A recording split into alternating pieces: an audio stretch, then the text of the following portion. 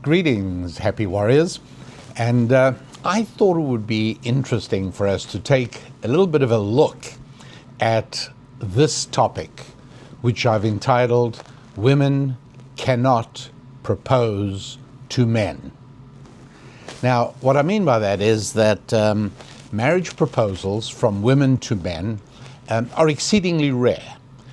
Marriage proposals from women to men that actually result in a marriage are even more rare. And women proposing to men that result in marriages that actually last are still rarer, even more than that. And so whenever I do this topic, particularly if I've done it on call-in radio shows, invariably somebody calls in and says, well, she says, I proposed to my husband. Okay, yeah, so there are exceptions, obviously. I hardly need to say that. And wedding planning companies report, they say about 1%, maybe 1.5% of proposals are done by women. And but whether they actually result in marriages, nobody knows. What we do know is that the failure rate of women proposing to men is far, far higher than of men proposing to women. So, for instance, if you want to look on YouTube for failed marriage proposals, in other words, where a man gets down on one knee, sometimes in front of people, although why would anybody want to propose to his future wife in front of an audience? I mean, do you really need a cameraman there? Do you really need family and friends present? They're coming to your wedding. That's enough. Maybe they'll even come to your engagement party. But you don't need witnesses. You don't need an audience. You don't need a crowd for the proposal, for heaven's sake. But you will find some failures. You'll find a few cases where a woman is shocked, wasn't expecting it, maybe whatever it is, she runs away out of the frame, or she shakes her head, and it's obviously mortifying. However, if you are looking for failed proposals of women to men, there's any number of those. It's like a whole genre all of its own. And that kind of makes sense. So I say women cannot propose to men, but can women propose to feminized men who are not really men, unmasculine men? Yeah, probably so. And I realize what I'm saying. Obviously, if you are married and your wife proposed to you, and you've been happily married for a goodly period of time, then you are an exception, and I'm sorry. I'm sorry for my comments, but and good for you, God bless you.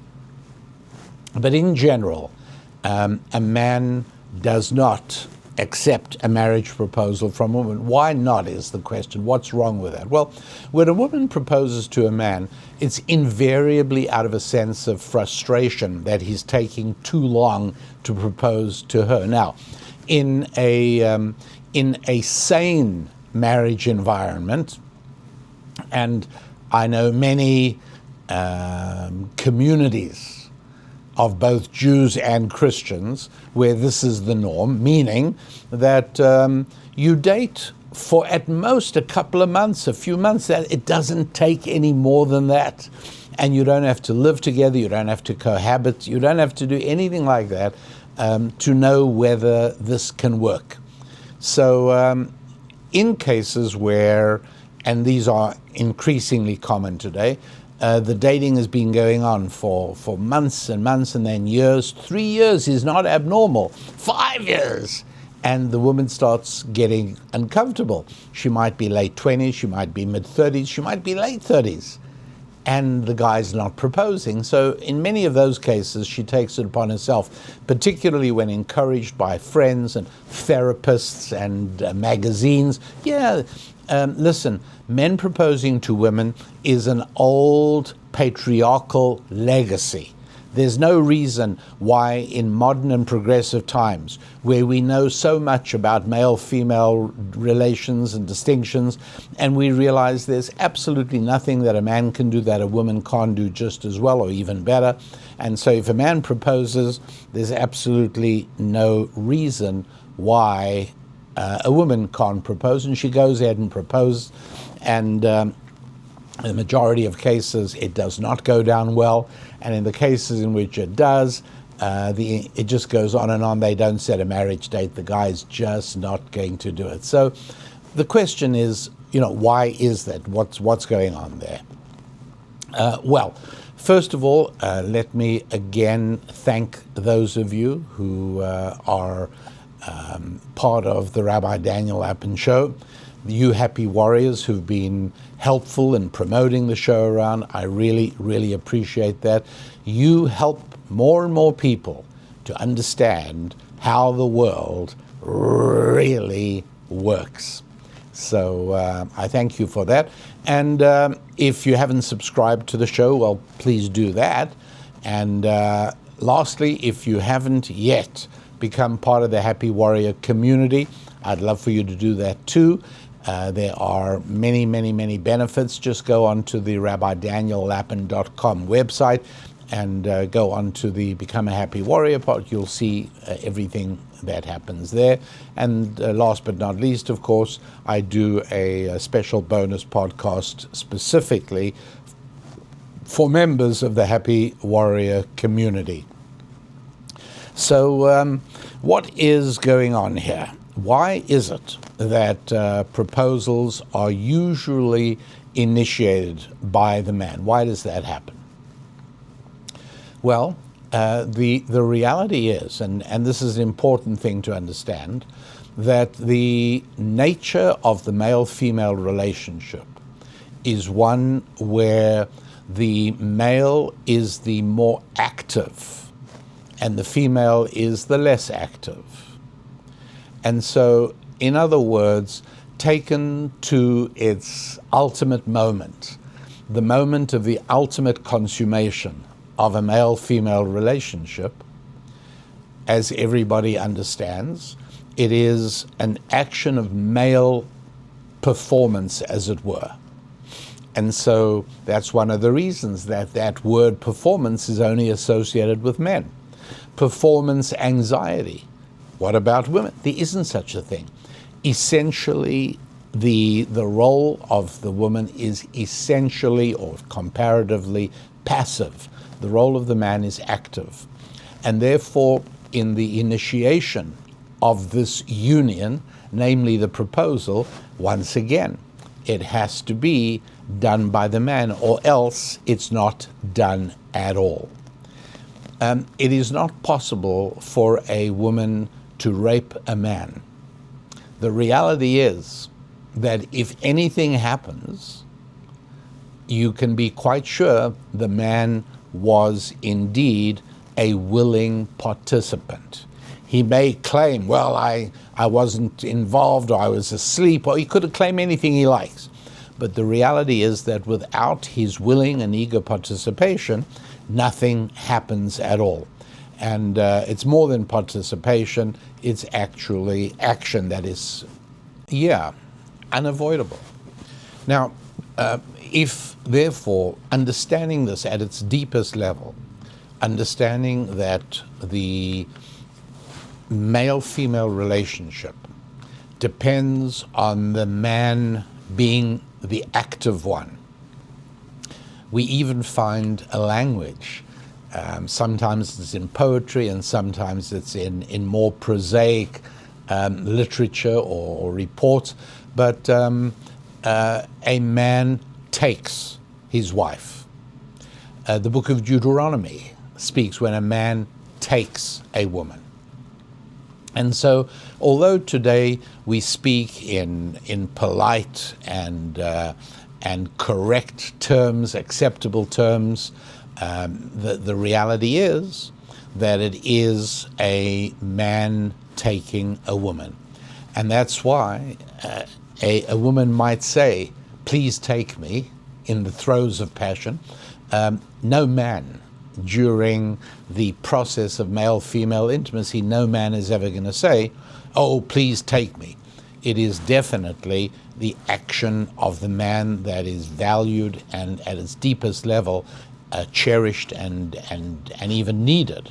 And so when a woman initiates the relationship by proposing to a man, normal, natural people, men and women, feel that something is off kilter. Something just doesn't feel right. And it would leave any masculine man feeling uncomfortable, feeling this is not completely something that he's comfortable going along with. Another aspect of the relationship at its most fundamental is that the man is a giver and the woman is a receiver. The man emits seed, the woman receives that.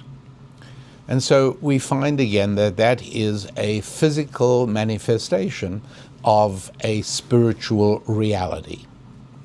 And so a man needs to be a giver, and particularly with respect to his woman, a man feels the need to be the giver at its deepest level.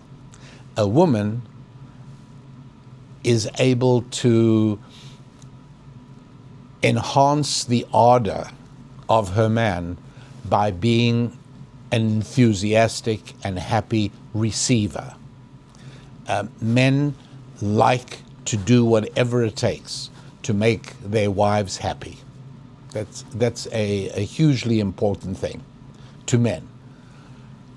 And it's related, it goes all the way deep down to a man's sense of masculine identity. And so being a giver and her being a receiver, you've got to ask yourself, in the act of proposing marriage, one party proposes and the other one says, "Oh, yes, of course, I accept." Which of those actions is a giving action and which is a receiving action?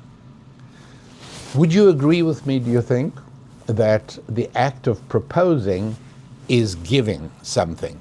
The act of proposing is reaching out and saying, "I want to marry you. I want to take you," yes. But at the same time, it is a giving.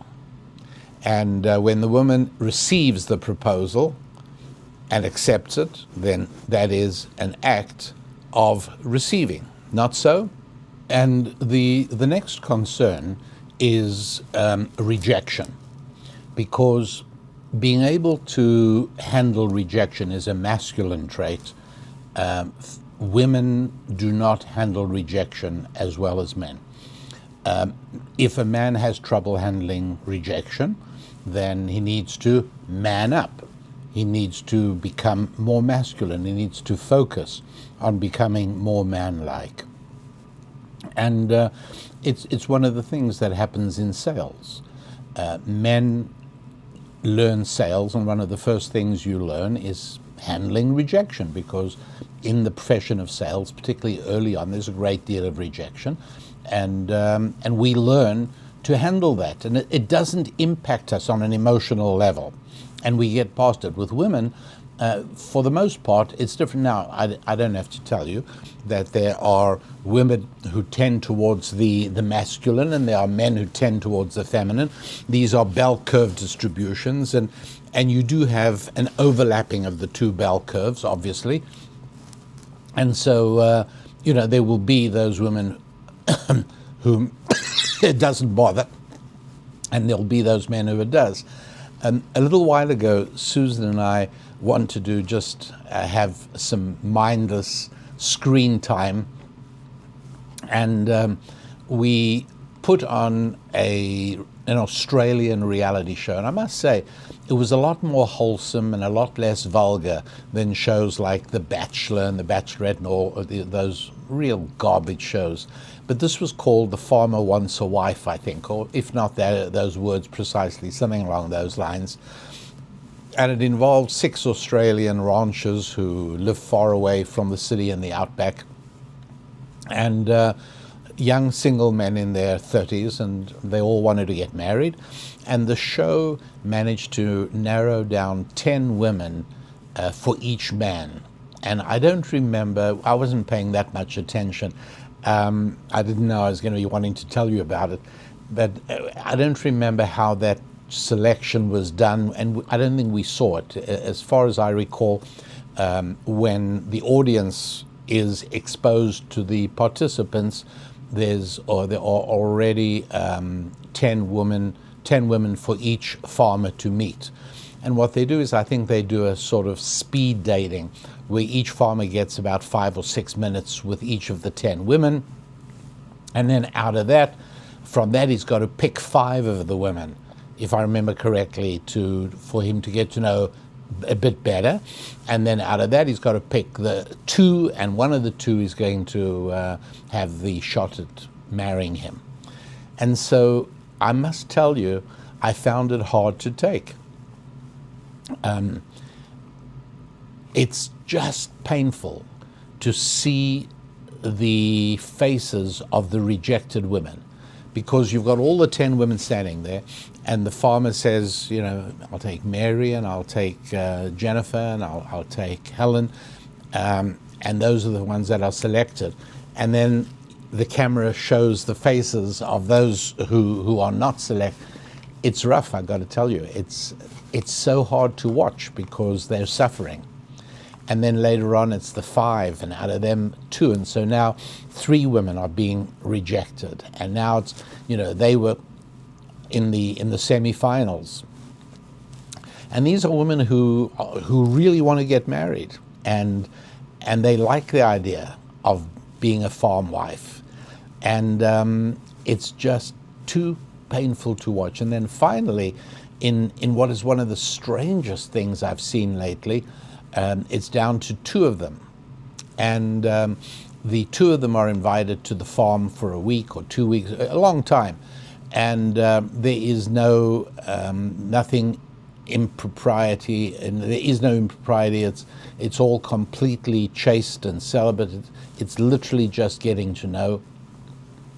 And the interesting thing is, so these 2 women are rivals. They're down to the wire. It's going to be one of them. And it's down to the wire. These 2 are rivals for his attention. And it's the most interesting thing to see. In each case of each of the 6 farmers, the last 2 women become good friends, and they comfort each other, and they console each other, and they build each other up. And then, when it's close to the end and he's going to make his choice, I hope it's you, really, no, I wanted to be you. It's something to see. It's so fascinating, because if it were reversed and it was 2 men vying for one girl's attention, that the rivalry would not result in hugs of friendship and declarations of eternal concern and care and love. No, it wouldn't be like that at all. And so this was very different. But again, the rejected one, it's just too painful for words. Both Susan and I felt that same, considerably more than awkwardness. We really felt it was painful to watch. That's how sad it was, and that's how it was. You were seeing the rejected girls suffering really, really badly and I think that's true in general. I think that women can do very well in sales, but rejection is tough, and here's what it does. The more women experience rejection, it makes women less feminine. The more men experience rejection, it makes men more masculine. Rejection doesn't hurt men. Rejection really, really hurts women. And so I think in that sense, automatically sensitive people would rather that the man makes the proposal, because if there is going to be a rejection, if there's going to be a no, let it be the man who receives it, not the woman. Let her dignity and self-awareness, I suppose, remain intact, rather than risking that she is the one to sort of go down in flames when he rejects her. If necessary, let her reject him.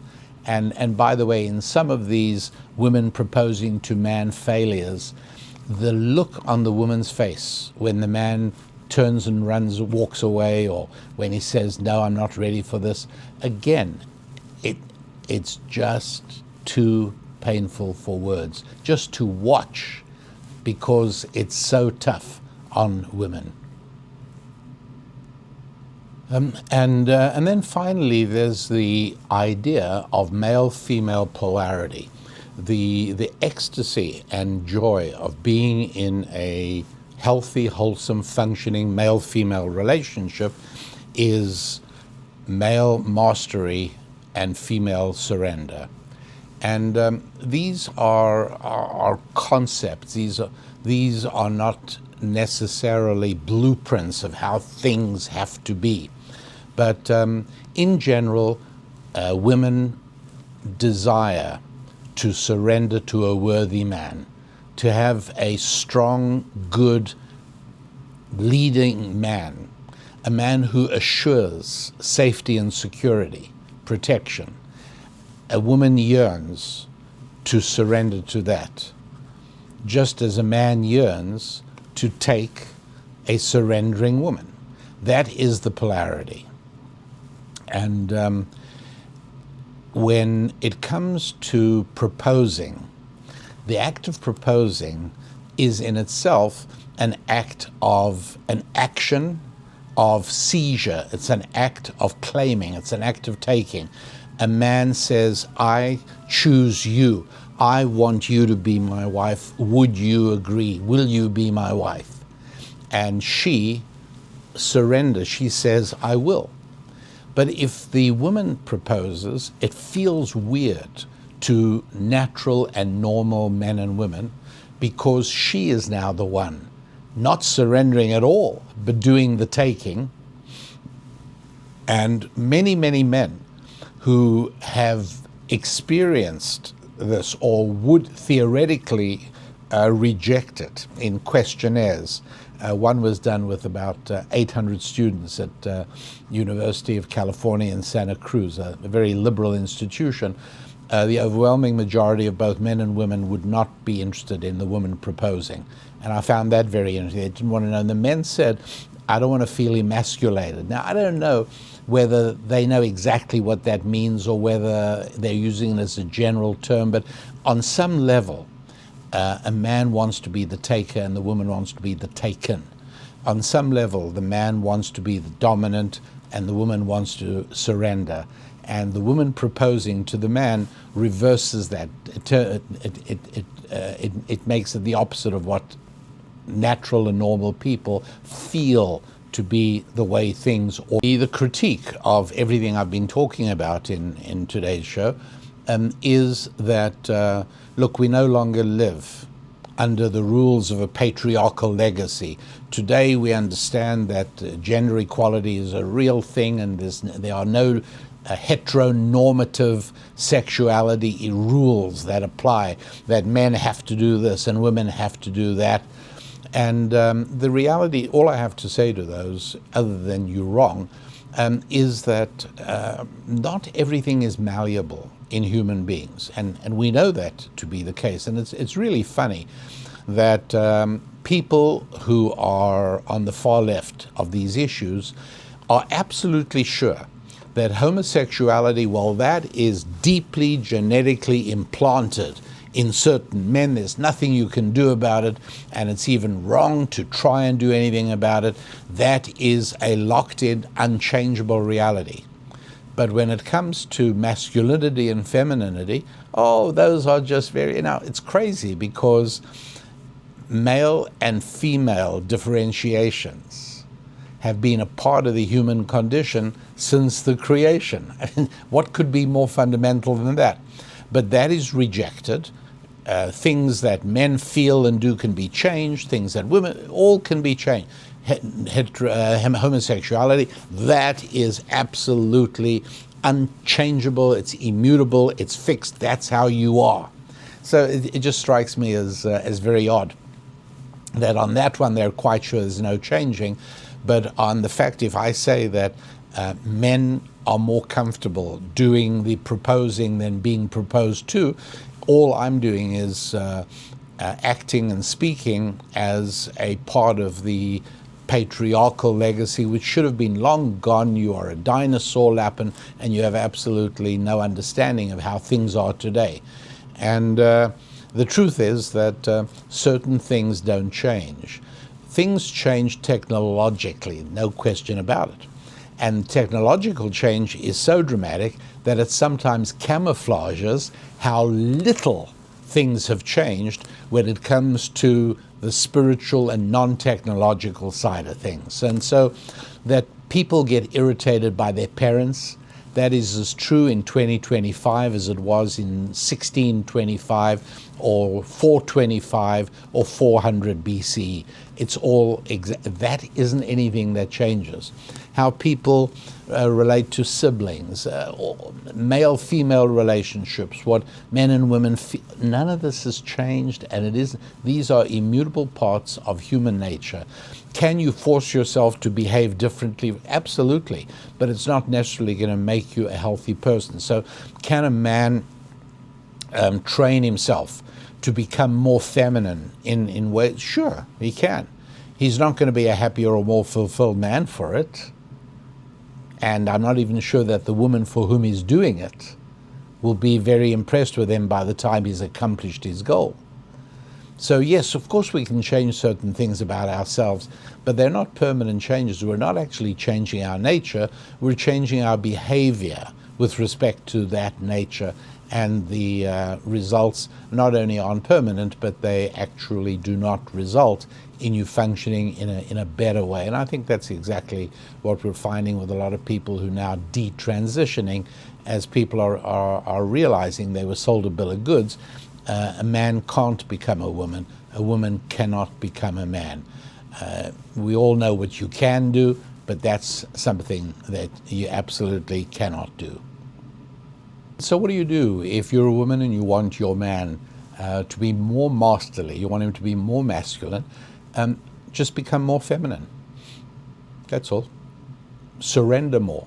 And in most cases, not every single case, but in the majority of cases, men will move in to fill the vacated power space.